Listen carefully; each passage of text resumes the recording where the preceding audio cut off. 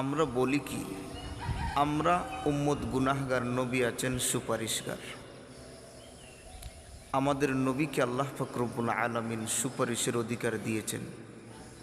আদম নবী আলাইহিস সালাতু ওয়াসসালামকে সুপারিশের অধিকার দেন নাই। ইব্রাহিম নবী আলাইহিস সালাতু ওয়াসসালামকে সুপারিশের অধিকার দেন নাই। মুসা নবী আলাইহিস সালাতু ওয়াসসালামকে সুপারিশের অধিকার আল্লাহ তাআলা দেন নাই।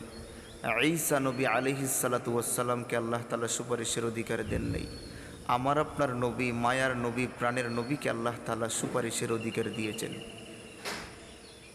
এক ব্যক্তি নবীজিকে জিজ্ঞাসা করলো, ওগো নবীজি, আপনি আমার জন্য একটু সুপারিশ করিন, আল্লাহ তাআলা যেন আমাকে জাহান্নামের আগুন থেকে মুক্তি দেয়। নবীজি বলেন, অবশ্যই তোমার জন্য আমি সুপারিশ করব, তবে কিছু সহযোগিতা আমাকে করতে হবে। ওই ব্যক্তি বললেন যে, ইয়া রাসূলুল্লাহ, ইয়া হাবিবাল্লাহ, আমি আপনাকে কি সহযোগিতা করব? আল্লাহ তাআলা তো আপনাকে সুপারিশের অধিকারী দিয়েছেন।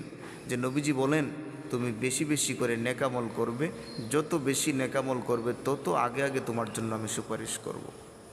যে একজন মানুষ একক তো নামাজ পড়ল, সে 230 কোটি 40 লক্ষ বৎসরের জাহান্নামের আগুন থেকে বাঁচতে পারল। একজন ব্যক্তি একক তো নামাজ আদায় করে নাই, অবহেলা করে ছেড়ে দিয়েছে, সে 230 কোটি 40 লক্ষ বৎসরের জাহান্নামের আগুনে জ্বলবে। যে নামাজ পড়ল তার জন্য নবীজি আগে করবে, নাকি যে নামাজ পড়ল না তার জন্য নবীজি আগে সুপারিশ করবে?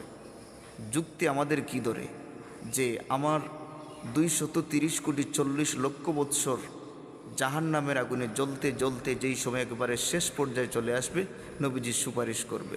তবে আমরা বেশি বেশি করে নেকামল করতে হবে, তখন আমরা নবীজির সুপারিশ আমরা পাব। আমরা যদি বলি যে নবী আমাদের সুপারিশগার, এই কথা বলে তো আমরা বসে থাকলে হবে না। আমাদেরকে